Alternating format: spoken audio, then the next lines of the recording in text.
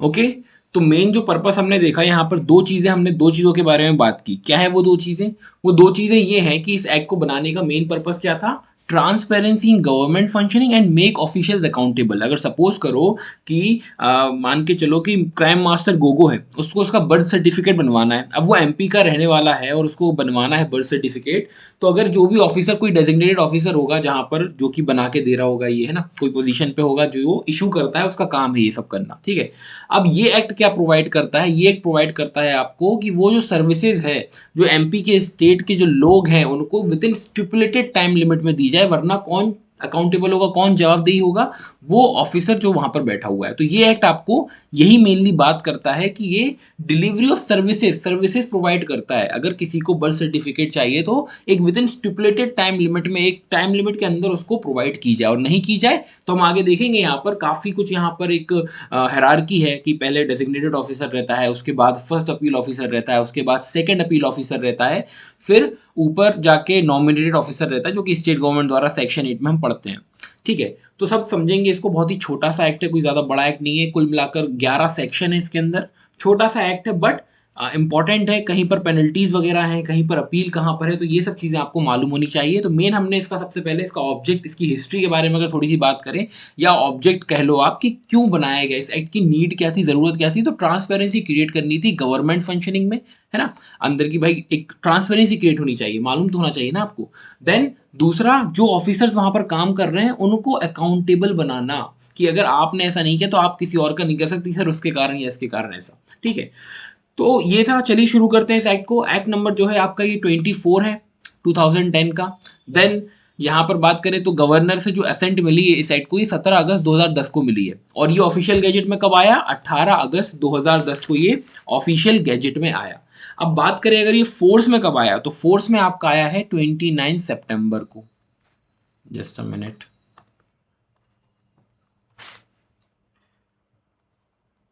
29 सितंबर को जो है ये एक्ट आपका 2010 फोर्स में आया है।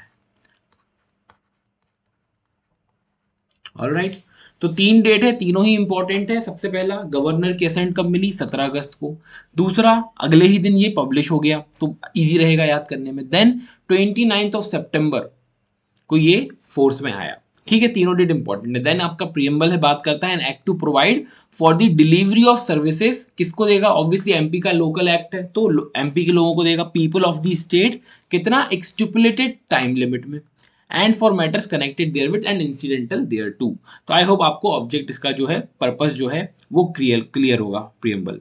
चलिए आगे बढ़ते हैं। सबसे पहला सेक्शन 1, देखिए इसमें एक अमेंडमेंट भी है, वो भी जानना बहुत ज़रूरी है, वो भी आपको मालूम होना चाहिए, कई बार उस पर भी क्वेश्चन बन जाते हैं। तो ये एक्ट जो है अभी रिसेंटली, एक्ट नंबर 12 ऑफ 2021 में ये अभी अमेंड हुआ है। ठीक है, अब ये अमेंडमेंट कब फोर्स आया था? तो ये 3/4/2021, मतलब 3 अप्रैल 2021 को ये फोर्स में आया ये एक्ट। तो आपको ये डेट मालूम होनी चाहिए। कई बार जो रीसेंट अमेंडमेंट्स होते हैं कोई भी एक्ट के अंदर, तो उसकी भी डेट वगैरह पूछ लेते हैं, तो आपको मालूम होना चाहिए ये। चलिए आगे बढ़ते हैं।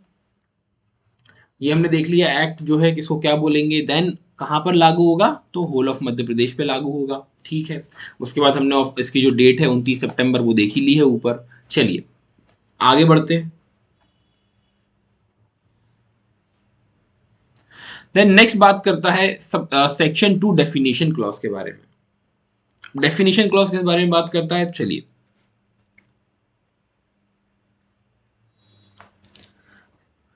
अब यहाँ पर कुछ अमेंडमेंट्स हैं सेक्शन 2 में, तो अमेंडमेंट्स में आपको बताते चलता हूँ। अगर आपके पास अमेंडेड बेयर एक्ट नहीं है तो आप लिख लेना। जैसे कि पहला जो है एक एप्लीकेशन फॉर्म आया है इसमें।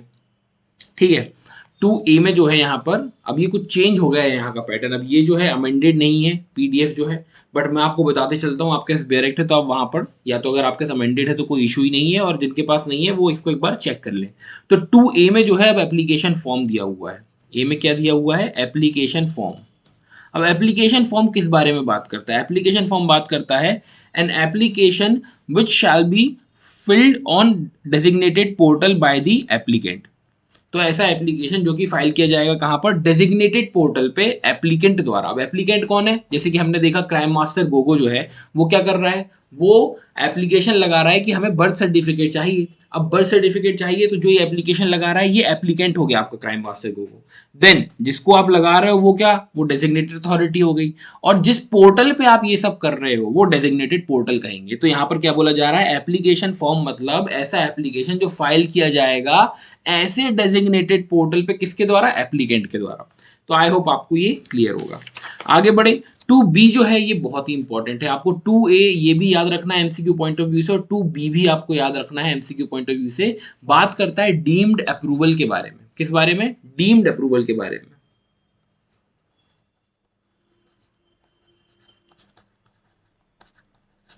अब डीम्ड अप्रूवल क्या बोलता है, डीम्ड अप्रूवल बोलता है approval generated in accordance with subsection 3 of section 5। 5 के 3 में जो हम पढ़ेंगे तो वहां भी देखेंगे, बात करता है कि ऐसी अप्रूवल जो कि जनरेट हुई है 5 के 3 में bye the designated portal without intervening of any person. मतलब क्या होता है, मैं आपको एक कॉन्सेप्ट समझाता हूँ। डीम्ड अप्रूवल का कॉन्सेप्ट ये बोलता है कि जैसे सपोज करो कि आपने एप्लीकेशन लगाई, ठीक है, उस एप्लीकेशन को ना तो रिजेक्ट किया और ना ही उन्होंने कुछ करा, तो क्या होगा, उसको अगर आप डीम्ड अप्रूवल हो जाएगा। मतलब ऑटोमेटिक जो सिस्टम है, जो डेजिग्नेटेड पोर्टल है, वो इस तरीके से बनाया गया है कि अगर वो नोटिफाइड सर्विस के अंदर आता है, वो भी हम पढ़ेंगे अभी, तो वो क्या होगा, उसमें आपको डीम्ड अप्रूवल मिल जाएगी। अगर कोई ऑफिसर वहां पर उसने अप्रूव नहीं भी किया है तो ऑटोमेटिक अप्रूव हो जाएगा। तो ये किस लिए किया गया है, जिससे अगर वो ऑफिसर उतने समय के अंदर नहीं करता है तो वो डीम्ड अप्रूवल मिल जाएगी आपको। ठीक है, 5 के 3 में।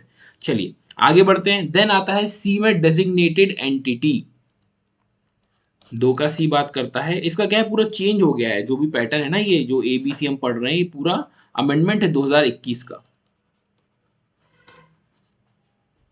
डेजिग्नेटेड एंटिटी आपका 2 का C है। क्या बात करता है, means an entity, means an entity notified by the state government for administering the designated portal. मतलब डेजिग्नेटेड एंटिटी क्या कर रही है, एडमिनिस्टर कर रही है ये पोर्टल को, जो डेजिग्नेटेड पोर्टल है। और ये ऐसी एंटिटी किसके द्वारा नोटिफाइड की गई है, स्टेट गवर्नमेंट द्वारा। तो इंपॉर्टेंट है, बट आपको मेन A B तो ध्यान रखना ही है। आगे बढ़ते हैं।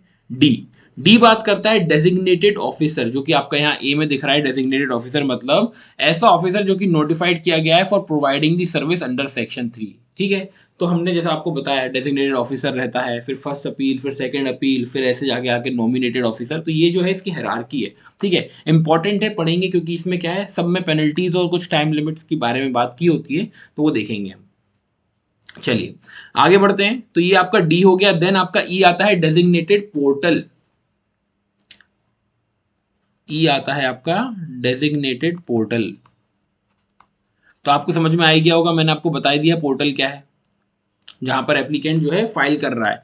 तो डेजिग्नेटेड पोर्टल मतलब ऐसा इलेक्ट्रॉनिक सिस्टम जो कि मेंटेन किसने किया है, डेजिग्नेटेड एंटिटी ने। ठीक है, क्योंकि हमने अभी डेजिग्नेटेड एंटिटी की डेफिनेशन देखी। ऐसी एंटिटी जो कि स्टेट गवर्नमेंट नोटिफाई करता है किस चीज को चलाने के लिए, डेजिग्नेटेड पोर्टल को चलाने के लिए। तो डेजिग्नेटेड पोर्टल मतलब ऐसा इलेक्ट्रॉनिक सिस्टम जो कि मेंटेन किसके द्वारा किया गया है, डेजिग्नेटेड एंटिटी द्वारा किया गया है। क्यों, for the purpose of delivering services, services देने के लिए, राइट। तो ये आपका ई है जो कि बात करता है डेजिग्नेटेड पोर्टल के बारे में। देन एफ है आपका, बात करता है एलिजिबल पर्सन के बारे में। तो ये जो है ये एफ हो जाएगा।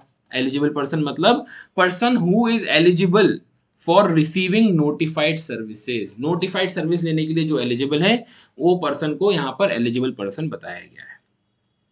देन आता है आपका जी, फर्स्ट अपील ऑफिसर। तो ये सी काट के यहाँ पर जी करना है। फर्स्ट अपील ऑफिसर मतलब ऑफिसर जो कि नोटिफाइड है अंडर सेक्शन 3। तो इसको आप याद नहीं भी रखोगे सेक्शन, तो हम अभी पढ़ेंगे जब, तो देखेंगे।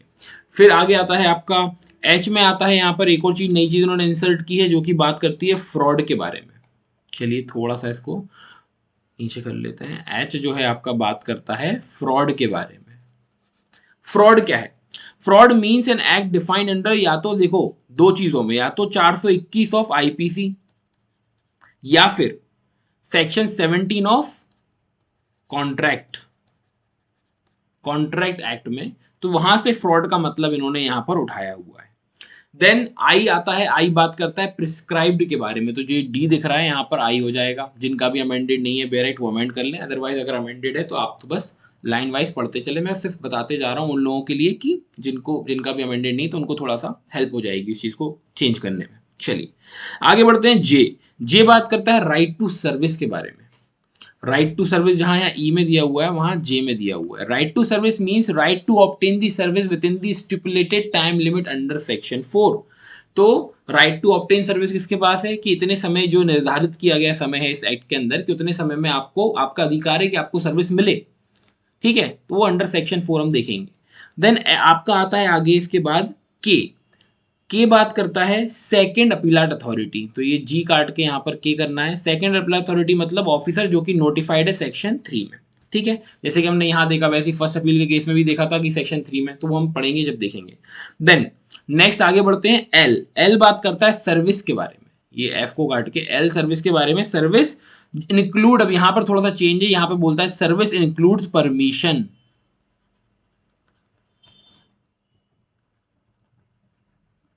क्या इंक्लूड कर रहा है सर्विस? सर्विस इंक्लूड कर रहा है permission means any service notified under section 3। बस इतना ध्यान रखो, इंक्लूड परमिशन, बाकी सेक्शन 3 में ही है सब जो है। देन आगे एम एम बात करता है स्टेट गवर्नमेंट के बारे में। तो स्टेट गवर्नमेंट मतलब गवर्नमेंट ऑफ मध्य प्रदेश। ठीक है। देन आपका आता है एन एन बात करता है स्टिपुलेटेड टाइम लिमिट। अब स्टिपुलेटेड टाइम लिमिट मतलब वो मैक्सिमम टाइम जो प्रोवाइड आपको उतने समय में सर्विस प्रोवाइड की जाएगी। Means maximum time to provide the services by the designated officer, या फिर अगर अपील वगैरह है तो by first appeal officer as notified under section 3। मतलब मैक्सिमम समय, जितने समय में आपको सामने वाला एप्लीकेंट जो है या अपील है तो अपीलांट जो है उसको आपको सर्विसेज प्रोवाइड करनी है, वो मैक्सिमम समय को यहाँ पर स्टिपुलेटेड टाइम लिमिट। अब आप ध्यान रखिए, आप अगर एमपीडीपीओ की तैयारी कर रहे हो तो आपको कौन से यहाँ पर ध्यान रखने एमसीक्यू पॉइंट ऑफ व्यू से कौन से डेफिनेशंस जो है आपको मालूम होनी चाहिए। पहला, एप्लीकेशन फॉर्म कहाँ है? 2A में। दूसरा, डीम्ड अप्रूवल कहाँ है? B में। फिर आपका आता है नेक्स्ट, डेजिग्नेटेड ऑफिसर कहाँ है? ठीक है, तो डेजिग्नेटेड ऑफिसर यहाँ पर दिया हुआ है D में। तो डी फॉर डेजिग्नेटेड ऑफिसर, आप इसको याद कर सकते हो इजीली। ठीक है, उसके बाद आपको ध्यान रखना है कि आपका स्टिपुलेटेड टाइम लिमिट कहाँ है, ये इंपॉर्टेंट है। ये 4 बस आप याद कर लो, आपका काम बन जाएगा इस एक्ट के लिए। ठीक है, चलिए आगे बढ़ते हैं। तो ये तो बात हो गई सेक्शन 2 से रिलेटेड। अब आते हैं सेक्शन 3 पर। सेक्शन 3 बात करता है notification of services designated officer, first appeal officer, second appeal authority and stipulated time limit. जो भी हमने ऊपर देखा वहां पर सब जगह लिखा हुआ था सेक्शन 3 सेक्शन 3 सेक्शन 3। चलिए, अब इसमें जो है आपका अमेंडमेंट है 2021 का, सेक्शन 3 के अंदर 2021 का अमेंडमेंट है।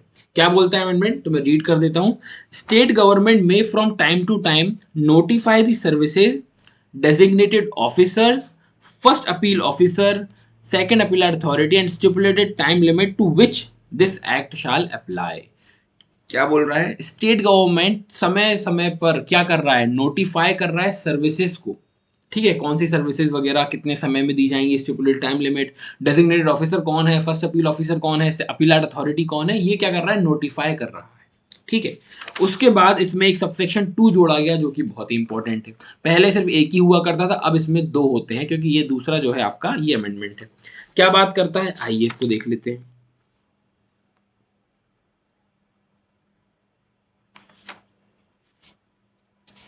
सबसेक्शन 2 बात करता है स्टेट गवर्नमेंट जो है from time to time notify service to which provision of deemed approval shall apply. State government notify कर रहा है टाइम टू टाइम, क्या बताने के लिए?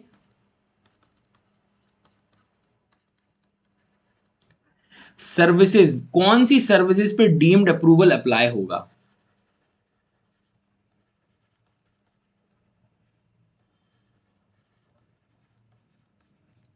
ठीक है, कौन से उस पर जो है आपका डीम्ड अप्रूवल अप्लाई होगा, ये बताना है। तो ये जो है आपका स्टेट गवर्नमेंट नोटिफाई करेगा। हर सर्विसेज पे डीम्ड अप्रूवल अप्लाई नहीं होगा। डीम्ड अप्रूवल का कॉन्सेप्ट हमने समझा कि जब जो डेजिग्नेटेड ऑफिसर है वो अगर नहीं कर रहा है, उसको नहीं बता रहा समय पर, तो ऑटोमेटिकली अप्रूवल मिल जाएगी। ठीक है, तो कुछ सर्विसेज होंगी जो हो सकता है जो बहुत ही इंपॉर्टेंट उसकी हो सर्विसेज, कि उससे कुछ ऐसा ना हो कि आपका कहीं लॉस हो, तो उस केस में हो सकता है कि डीम्ड अप्रूवल मिल जाए। तो ऐसी सर्विसेज जो है वो स्टेट गवर्नमेंट नोटिफाई करेगी, ये इंपॉर्टेंट बात है। आगे बढ़ते हैं सेक्शन 4। आई होप यहां तक आपको सब कुछ क्लियर चल रहा होगा। सेक्शन 4 किस बारे में बात कर रहा है देख लेते हैं एक बार। सेक्शन 4 बात कर रहा है right to obtain services within stipulated time limit. तो क्या बोलता है, डेजिग्नेटेड ऑफिसर जो है प्रोवाइड करेगा सर्विस नोटिफाइड अंडर सेक्शन 3, जो सर्विसेज नोटिफाइड है कहां पर, सेक्शन 3 के अंदर, वो डेजिग्नेटेड ऑफिसर प्रोवाइड कर रहा है टू द पर्सन जो एलिजिबल है। हमने देखा उधर पर कि कौन एलिजिबल व्यक्ति होगा, राइट। तो वो व्यक्ति जो एलिजिबल है ऑब्टेन करने के लिए services within stipulated time limit में, तो डेजिग्नेटेड ऑफिसर उसको सर्विस प्रोवाइड कर रहा है कहां पर, सेक्शन 3 के अंदर। चलिए, तो ये था आपका सेक्शन 4। बहुत ही छोटे छोटे से सेक्शन है, इतने कुछ वो नहीं है। जो जो इंपॉर्टेंट चीजें मैं बताते जा रहा हूँ, जैसे कि डीम्ड अप्रूवल आपको मालूम होना चाहिए। एक आपको ये मालूम होना चाहिए 5 के 3 में डीम्ड अप्रूवल है, ठीक है। और एक आपको जो हमने ऊपर देखा बी के अंदर, तो वो भी आपको मालूम होना चाहिए 2 के बी में डीम्ड अप्रूवल है। आगे बढ़ते हैं सेक्शन 5। सेक्शन 5 में भी आपका यहाँ पर क्या है, ये इसमें अमेंडमेंट है 2021 का। अभी इसमें आपको 2 ही प्रोविजन देखने को मिल रहे हैं, बट 2021 के अमेंडमेंट के बाद इसमें टोटल 5 सब सेक्शन है। चलिए एक एक करके रीड करते हैं।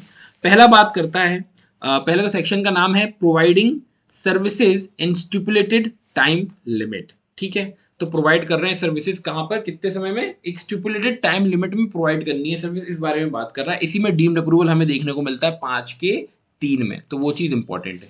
चलिए 5 का एक बात करता है, इसमें भी थोड़ा सा चेंज है, तो मैं डायरेक्ट से आपको रीड कर देता हूं। The application for obtaining the notified service shall be submitted to the designated officer or to his subordinates so authorized or to such other officer as may be authorized by the state government to receive the application. Such application shall be duly acknowledged होनी चाहिए.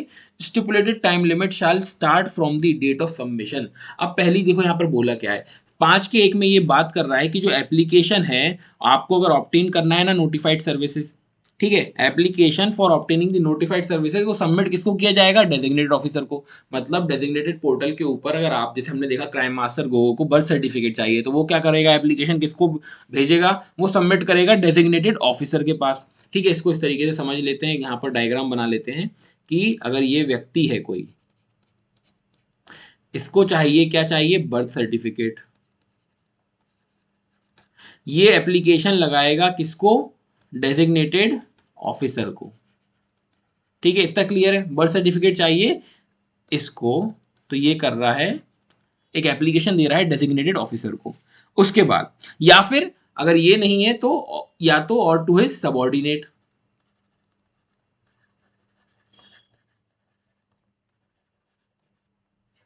Okay, और to such other person जो भी authorise है state government द्वारा, या फिर कोई स्टेट गवर्नमेंट द्वारा ऑथराइज है, तो जैसा कि यहां पर लिखा हुआ है सबऑर्डिनेट या फिर जो स्टेट गवर्नमेंट द्वारा ऑथराइज है, टू रिसीव द एप्लीकेशन।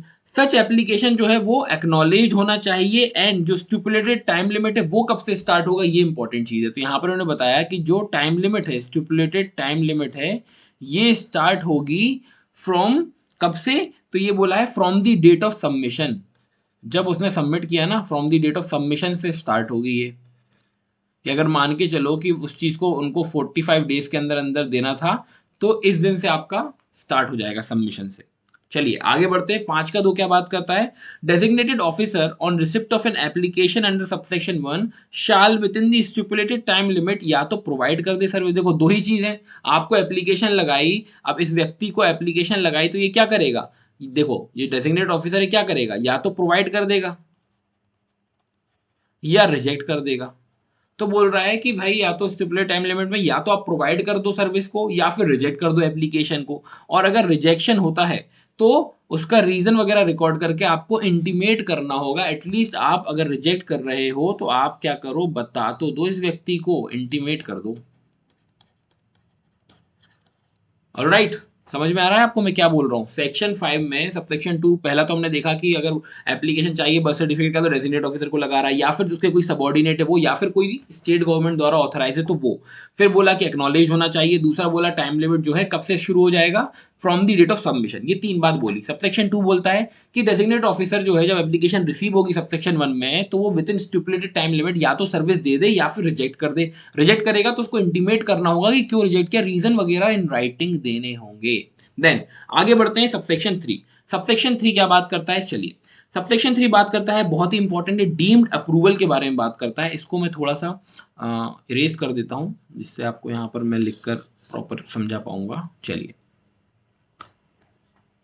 हम बात कर रहे हैं 5 के 3 की, जो कि डील करता है डीम्ड अप्रूवल से। ये बोलता है कि if designated officer fails to take a decision, अगर जो डेजिग्नेटेड ऑफिसर है हमारा, जो ये व्यक्ति है यहां पर, ये क्या कर गया, फेल हो गया क्या करने में, डिसाइड करने में, या तो उसने रिजेक्ट भी नहीं किया, ठीक है, फेल हो गया डिसीजन लेने में कि देनी है सर्विस या नहीं देनी है, ठीक है। अब अगर ये व्यक्ति फेल हो जाता है स्टिपुलेटेड टाइम लिमिट में, जब एप्लीकेशन इसको रिसीव हुई, किस चीज के लिए, अब ये ध्यान इंपॉर्टेंट है, फॉर अ सर्विस जो कि नोटिफाइड अंडर सबसेक्शन 3 के 2 में हमने बात की थी कि जो नोटिफाई सर्विसेज हैं उन्हीं के लिए डीम्ड अप्रूवल अप्लाई होगी, जैसे मैंने आपको बताया था, हो सकता है बहुत इंपॉर्टेंट सर्विसेज हो वो उनके लिए अप्लाई हो रहा है। तो यहाँ पर वही चीज बोली जा रही है कि अगर वो सर्विस नोटिफाइड है और आप फेल हो गए डिसीजन लेने में, तो डीम्ड अप्रूवल जो है उस सर्विस की जनरेट हो जाएगी बाय द डेजिग्नेटेड पोर्टल। इस तरीके का पोर्टल बनाया गया है कि ऑटोमेटिक काम करेगा वो, जो नोटिफाइड सर्विस है उस केस में अगर आप डिसीजन नहीं ले पाए कि देनी है या रिजेक्ट करनी है, तो वो क्या करेगा, वो ऑटोमेटिकली इशू कर देगा अप्रूवल, ठीक है। तो डीम्ड अप्रूवल हो जाएगी, ऑटोमेटिकली जनरेट हो जाएगी बाय डेजिग्नेटेड पोर्टल, और जो डीम्ड अप्रूवल है उसका सेम फोर्स होगा लॉ का as the approval duly granted. जैसे मान के चलो डेजिग्नेट ऑफिसर देता ना, वैसा ही उसका सेम टू सेम जो है उसकी मान्यता जो है वो सेम टू सेम होगी जैसे मानो डेजिग्नेटेड ऑफिसर ने दी हो। तो आई होप क्लियर होगा। 5 के 3 को मैं इस तरीके से लिख देता हूं कि ये डीम्ड अप्रूवल से रिलेटेड है।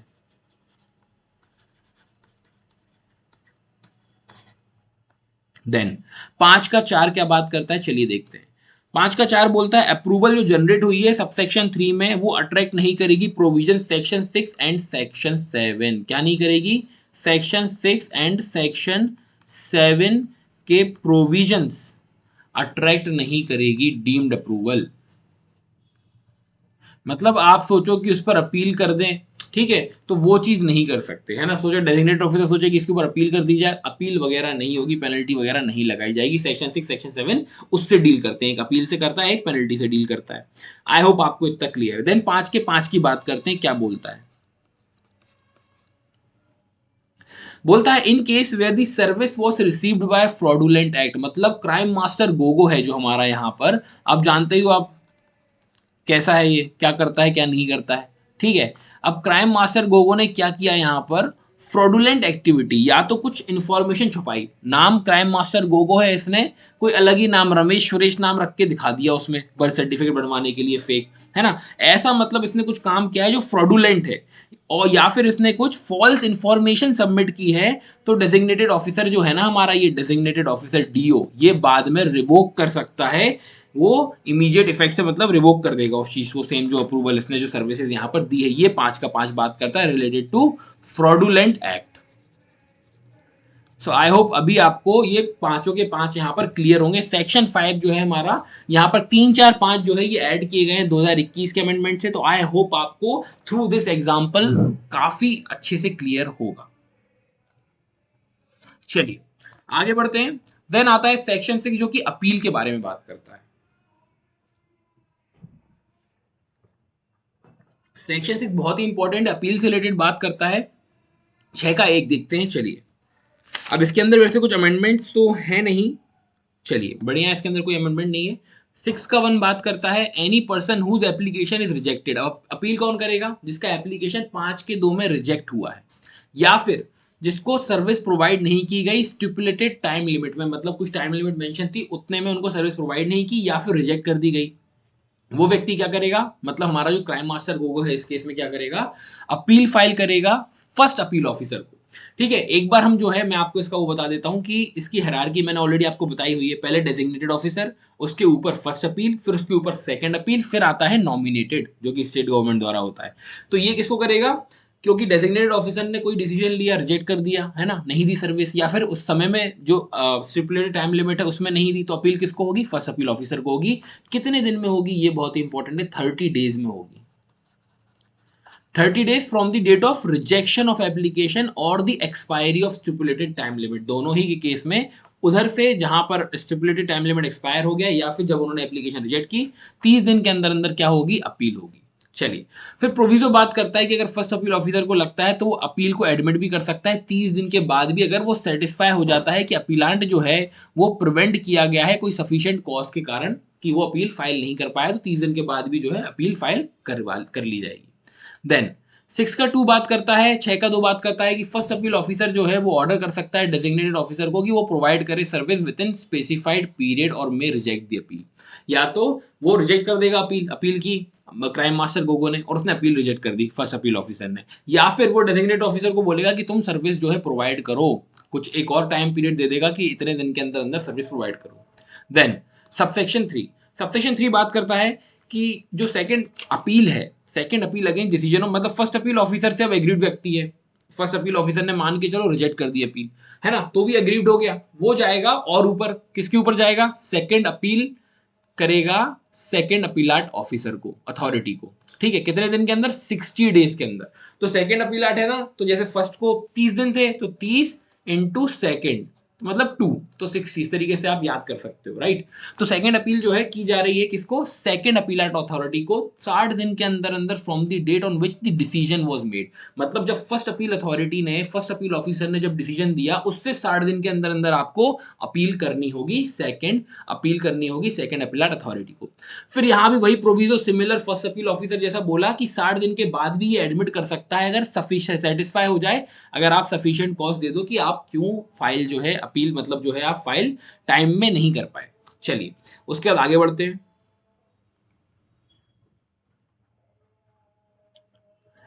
फिर आपका आता है सबसेक्शन 4 का ए क्या बात करता है, चलिए देखते हैं। 4 का ए बात करता है कि जो सेकंड अपीलाट अथॉरिटी है वो ऑर्डर कर सकती है डेजिग्नेटेड ऑफिसर को कि वो प्रोवाइड करे सर्विस विद इन, मतलब देखो सेकंड अपीलाट थोड़ी और बड़ी अथॉरिटी हो गई, तो ऑब्वियसली डेजिग्नेटेड ऑफिसर के भी ऊपर उसकी अथॉरिटी चलेगी और फर्स्ट अपील ऑफिसर के ऊपर भी अथॉरिटी चलेगी।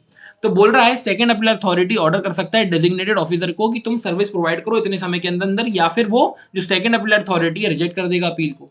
ठीक है, बी बात करता है along with the order to provide service, second authority जो है वो इंपोज कर सकता है पेनल्टी, सेक्शन 7 के हिसाब से पेनल्टी भी लगा सकता है डेजिग्नेटेड ऑफिसर के ऊपर भी और फर्स्ट अपील ऑफिसर के ऊपर भी। चलिए आगे बढ़ते हैं। सबसेक्शन 5 का ए बात करता है अगर डेजिग्नेटेड ऑफिसर जो है कंप्लाई नहीं करता है 5 के 1 से, मतलब सेक्शन 5 के सबसेक्शन 1 में अगर डेजिग्नेटेड ऑफिसर ने कंप्लाई नहीं किया उसकी ड्यूटी, 5 का 1 क्या बात करता है, स्टिपुलेटेड टाइम लिमिट में जो उनको सर्विस प्रोवाइड करनी है, मतलब उन्होंने नहीं की, तो फिर क्या करेगा यहाँ पर, तो जो एप्लीकेंट है, जो एग्रीव्ड एप्लीकेंट है, तो अगर इसने नॉन कंप्लाइंस किया और सबमिट नहीं की application directly to first appeal officer, सुनिएगा अच्छे से फिर से एक बार इसको पढ़ते हैं। डेजिग्नेटेड ऑफिसर अगर कंप्लाई नहीं कर रहा है 5 का 1, तो जो एप्लीकेंट है देन द एप्लीकेंट एग्रीड उस नॉन कंप्लाइंस से सबमिट करेगा एप्लीकेशन किसको, फर्स्ट अपील ऑफिसर को, और एप्लीकेशन डिस्पोज की जाएगी in the manner of first appeal. ठीक है, मतलब कुल मिलाकर यहाँ पर 5 के का कंप्लाई नहीं किया डेजिग्नेटेड ऑफिसर ने, तो crime master Gogo first appeal officer के पास चला गया। बी बात करता है अगर डेजिग्नेटेड ऑफिसर कंप्लाई नहीं करता है ऑर्डर प्रोवाइडिंग सर्विस अंडर 6 के 2 में, 6 का 2 क्या बोलता है, 6 का 2 अभी हमने जस्ट पढ़ा ऊपर कि बोलता है फर्स्ट अपील ऑफिसर बोल रहा है डेजिग्नेटेड ऑफिसर को कि तुम जाओ जाके सर्विस प्रोवाइड करो, 10 दिन और 20 दिन और एक्स्ट्रा तुमको दिए। ठीक है, उतने समय में अगर नहीं करता है मतलब वो भी उसने कंप्लाई नहीं किया। ऊपर हमने देखा कि 5 का 1 कंप्लाई नहीं किया, अभी देख रहे हैं 6 का 2 कंप्लाई नहीं किया, तो जो एग्रीव्ड है एप्लीकेंट उसके नॉन कंप्लाइंस के लिए वो सबमिट करेगा एप्लीकेशन किसको, सेकंड अपील अथॉरिटी को। मतलब जब अगर व्यक्ति फर्स्ट अपील ऑफिसर की सुन ही नहीं रहा है तो उसके और ऊपर चले गए, सेकंड अपील अथॉरिटी को कर दिया, है ना, तो एप्लीकेशन जो है डिस्पोज की जाएगी in the manner of second appeal. इतना आई होप आपको क्लियर होगा। चलिए आगे बढ़ते हैं। Subsection 6, first appeal officer and second appeal authority shall while deciding in appeal, देखो क्या बोल रहा है, first appeal officer and second appeal authority जब ये डिसाइड करेंगे ना अपील इस सेक्शन के अंदर, उनके पास पावर कैसी होगी, सिविल कोड जैसी पावर होगी। ये चाहे तो production and inspection of document inspect कर सकते हैं या अपने समक्ष मंगा सकते हैं। ठीक है, समन वगैरह for hearing to the designated officer and appellant वगैरह समन करके बुला सकते हैं, और भी अदर जो भी प्रिस्क्राइब्ड होगी वो। ये आपका सेक्शन 6 था जो कि बात करता था अपील से रिलेटेड। तो हमने देख लिया authority designated, first appeal, second appeal authority. ठीक है, चलिए आगे बढ़ते हैं। देन आता है आपका पेनल्टी किस बारे में बात करता है, पेनल्टी अब जैसा हमने देखा, जो हमने सेक्शन 6 पढ़ा ना वैसा ही सब कुछ चलेगा। जब जो सबऑर्डिनेट है वो सुपीरियर की बात नहीं मानेगा तो सुपीरियर क्या करेगा, उसके ऊपर पेनल्टी लगा देगा, और ज्यादा से ज्यादा क्या करेगा तो डिसिप्लिनरी एक्शन भी ले सकता है। चलिए देखते हैं इसको। तो सेक्शन 7 आपका पेनल्टी से रिलेटेड है। 1 का ये बात करता है कि जहां पर सेकंड अपीलाइड अथॉरिटी, सबसे पहले तो इसमें पहले देख लेते कोई अमेंडमेंट तो नहीं है 2021 का, तो इसके अंदर कोई भी अमेंडमेंट जो है आपका नहीं है 2021 का, ये बढ़िया बात है। चलिए वापस आ जाते हैं सेक्शन 7 पे।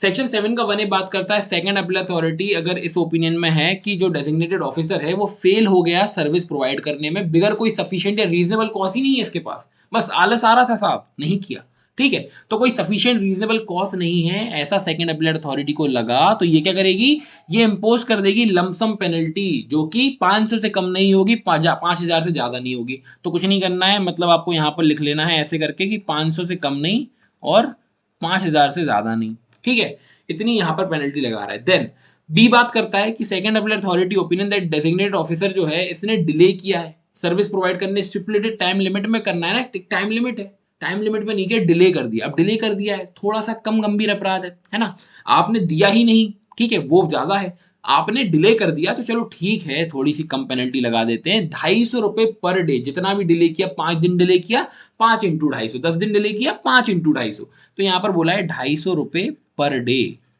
पेनल्टी लगाई जाएगी, ठीक है, for such delay on the designated officer, but वो 5000 से ज्यादा किसी भी केस में नहीं होगी, तो 5000 से ज्यादा पूरे साइट के अंदर पेनल्टी है भी नहीं, मैं आपको बता दूं, ठीक है, यहीं आप याद कर लो इस चीज को। आगे बढ़ते हैं, प्रोवाइडेड दैट डेजिग्नेटेड ऑफिसर जो है, हमने देखा है जब भी ऐसी कोई पेनल्टी वगैरह लगाई जाती है तो ओबीएच दिया जाता है। ओबीएच क्या होता है, अपॉर्चुनिटी ऑफ बीइंग हर्ड दिया जाता है, किसको, जिसके ऊपर पेनल्टी लगाई जा रही है, यहाँ पर लगाई जा रही है डेजिग्नेटेड ऑफिसर के ऊपर, तो उसको ओबीएच दिया जाएगा। चलिए आगे बढ़ते हैं, सबसेक्शन 2 बात करता है जहां पर सेकंड अपीलेट अथॉरिटी है उसको लगता है, अभी बात हो रही थी डेजिग्नेटेड ऑफिसर के ऊपर, अब बात हो रही है फर्स्ट अपील ऑफिसर की, वो भी सबऑर्डिनेट है सेकंड का, तो फर्स्ट अपील ऑफिसर ने क्या किया है, फेल हो गया डिसाइड करने में अपील, स्टिपुलेटेड टाइम लिमिट, एक टाइम लिमिट के अंदर अपील डिसाइड ही नहीं की, कोई सफिशिएंट रीजन नहीं है, कोई रीजनेबल कॉज नहीं है, बस आलस आ रहा था, ठीक है तो इंपोज करेगा पेनल्टी फर्स्ट अपील ऑफिसर पे 500 5000, वही है कि 500 से कम नहीं करेगा और 5000 से ज्यादा नहीं करेगा,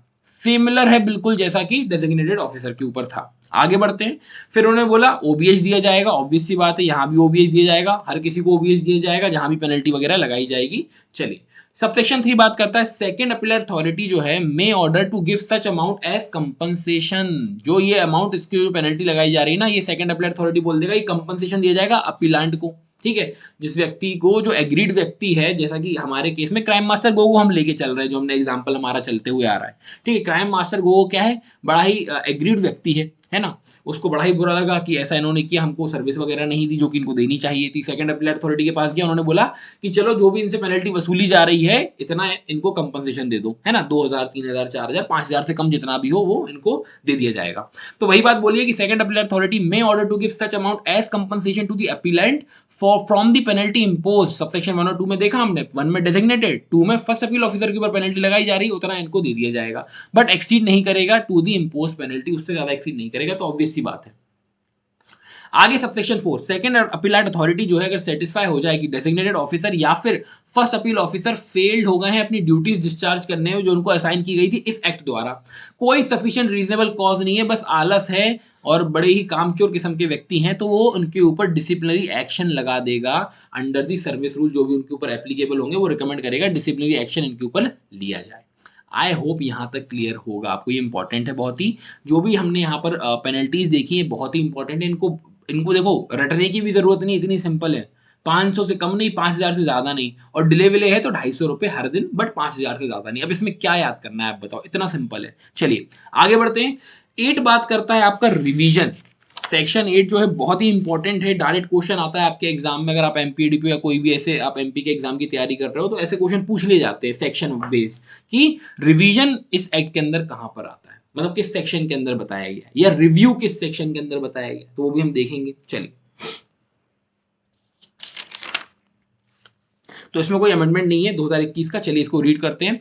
रिवीजन की बात कर रहा है कि डेजिग्नेटेड ऑफिसर और फर्स्ट अपील ऑफिसर एग्रीड, अभी तक हम देख रहे थे क्राइम मास्टर गोगो हमारा एग्रीड था, बट इस केस में यहाँ पर अब डेजिग्नेटेड ऑफिसर के ऊपर पेनल्टी लग गई ना सेक्शन 7 में, तो वो भी तो हो सकता है ना कि यार उसने तो ऐसा कुछ नहीं है, आपने जबरदस्ती पेनल्टी लगा दी, उसने तो पूरी कोशिश की थी, जो उसके हाथ में मन पड़ता था, वो आलसी नहीं था, वो कामचोर नहीं था, तो क्या होगा, वो उस केस में एग्रीव्ड हो गया, बेचारा लाचार व्यक्ति, उसके ऊपर पेनल्टी लग गई, अब वो एग्रीव्ड है तो वो भी तो कर सकता है ना, तो उसने क्या बोला यहाँ पर सेक्शन 8 रिवीजन के बारे में बात करता है कि डेजिग्नेटेड ऑफिसर या फिर फर्स्ट अपील ऑफिसर अगर अगर एग्रीव्ड है कोई भी ऑर्डर जो सेकंड अपीलेट अथॉरिटी ने उनके अगेंस्ट दिया है, उनके अगेंस्ट पेनल्टी लगा दी इस एक्ट में, तो वो जाके एप्लीकेशन लगा सकते हैं रिवीजन की। किसको? जो ऑफिसर है नॉमिनेटेड बाय स्टेट गवर्नमेंट। आपको हायरार्की याद आ रही होगी, मैंने आपको बताया था सबसे टॉप पर कौन व्यक्ति आता है सेक्शन 8 में, जो ऑफिसर नॉमिनेटेड है स्टेट गवर्नमेंट द्वारा। तो सेकंड अपील अथॉरिटी से भी अगर कोई व्यक्ति एग्रीव्ड है, जैसे कि इस केस में डेजिग्नेटेड ऑफिसर और फर्स्ट अपील ऑफिसर, तो ये किसके पास जाएंगे? ये जाएंगे उस व्यक्ति के पास जो कि नॉमिनेटेड है स्टेट गवर्नमेंट द्वारा। कितने दिन? तो within period of 60 days. 60 days से आपको याद आना चाहिए सेकंड अपील अथॉरिटी के केस में भी 60 दिन में जाना था, फर्स्ट अपील अथॉरिटी के केस में 30 दिन में जाना था। ठीक है, तो within period of 60 days from the date of that order जो डिस्पोज करेगा application according to prescribed procedure. मतलब 60 दिन के अंदर अंदर जब सेकंड अपीलेट ने ऑर्डर दिया उसके 60 दिन के अंदर अंदर आपको officer nominated by state government के पास जाना है। उसके बाद इन्होंने वही प्रोविजो है, 60 दिन के बाद भी कर सकते हैं। सफिशिएंट कॉज, रीजनेबल कॉज आप बता दो, सेटिस्फाई हो जाता है कि क्यों सबमिट नहीं कर पाए, तो वो 60 दिन के बाद भी एंटरटेन कर लेगा आपके एप्लीकेशन को। चलिए, उसके बाद आता है आपका 8A। अब ये जो है ये 2021 का तो नहीं, ये 2011 का अमेंडमेंट है, पता नहीं यहाँ पर क्यों शो नहीं कर रहा है इस पीडीएफ में। चलिए हम इसको लिख लेते हैं, आप इसको लिख सकते हैं। सेक्शन 8A जो है बात करता है आपका रिव्यू के बारे में। अब क्या हो रहा है? रिव्यू में रिव्यू हो रहा है ऑर्डर ऑफ नॉमिनेटेड ऑफिसर। अब नॉमिनेटेड ऑफिसर जो है उसका ऑर्डर की रिव्यू की बात हो रही है, तो इसको एक बार हम देख लेते हैं।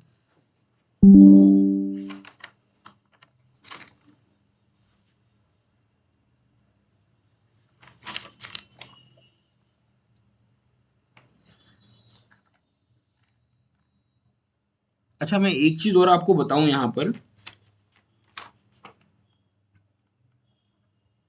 जो हमने ऊपर 7 पढ़ा ना, सेक्शन 7 हमने पढ़ा पेनल्टी से रिलेटेड, पता नहीं बट इस बेयर एक्ट में उसके अंदर जो है टोटल 5A B C है, और हमने जो देखा है यहाँ पर सेक्शन 4 तक देखा है हमने सेक्शन 7 में। तो सेक्शन 7 में ये अमेंडेड नहीं है इसलिए, वरना बेयर एक्ट भी मैं रखा हूँ साइड में, तो उसमें मुझे दिख रहा है कि इसके अंदर कुछ चीज़ें मेंशन नहीं है, तो हम उसको अलग से पढ़ लेते हैं। अभी यहाँ पर लिख लेते हैं। तो हम बात कर रहे हैं, जो हमारा मिस हुआ है वो हुआ है सेक्शन 7 का 5।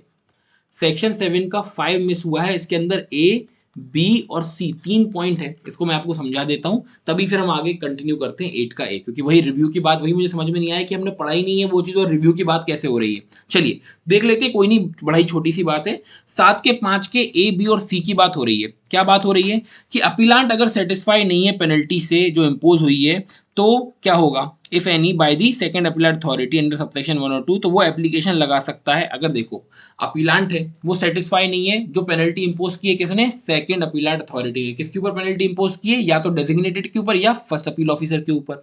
तो ऐसा व्यक्ति जो कि क्या नहीं है, उनसे भाई सेटिस्फाइड नहीं है, तो वो क्या कर रहा है? वो जा रहा है किसके पास? ऐसा ऑफिसर जो कि नॉमिनेटेड स्टेट गवर्नमेंट द्वारा अंडर सेक्शन 8 के पास। अगर आपके पास बेयर एक्ट है तो आप ओपन कर ले, आपको इजीली समझ में आ जाएगा। ठीक है, उनके पास जा रहा है। फिर बी बात करता है, जो नॉमिनेट ऑफिसर है वो अपॉर्चुनिटी ऑफ बीइंग हर्ड देगा किसको? फर्स्ट अपील ऑफिसर और डेजिग्नेटेड को। और उसके बाद अगर उसको लगता है तो वो उसके ऊपर इंपोज कर देगा पेनल्टी, जो कि एक्सटेंड की जाएगी कहां तक? Extend to 5,000 rupees. यहाँ मिनिमम कुछ नहीं है, डायरेक्ट मतलब बोला है कि 5,000 रुपये तक एक्सटेंड की जा सकती है। इस बारे में आपका जो है बी क्लॉज बात करता है। ठीक है, इंक्लूडिंग दी पेनल्टी अर्लियर, मतलब जो अर्लियर भी कोई पेनल्टी लगाई है तो उसको मिला के टोटल, मैंने बोला ना आपको 5,000 से एक्सटेंड तो करेगा ही नहीं ऊपर। एंड रिकमेंड कर सकता है डिसिप्लिनरी एक्शन भी इनके अगेंस्ट लिया जाए, ऐसा भी रिकमेंडेशन जो है नॉमिनेट ऑफिसर कर सकता है। ठीक है, तो ये बोला गया है किसमें? 5 के बी में बोला गया है ये चीज। और 5 के ए में क्या बोला था कि आप जो है वो व्यक्ति जो है वो एप्लीकेशन लगा रहा है ऑफिसर नॉमिनेटेड के पास। ठीक है, उसके बाद वही प्रोविजो यहाँ पर कि एडुकेट और स्पेशल रीजन जो है वगैरह दिए जाएंगे, इंपोज करेंगे पेनल्टी। मतलब कि बात कर रहा है, प्रोविजो बात करता है कि जो नॉमिनेट ऑफिसर जो है वो एडुकेट और स्पेशल रीजन के चलते ऑर्डर में मेंशन कर देगा कि instead of imposing a penalty disciplinary action ही सिर्फ लिया जाए, ऐसा भी आदेश दे सकता है। उसके बाद आता है सी क्लॉज। सी क्लॉज क्या बात करता है?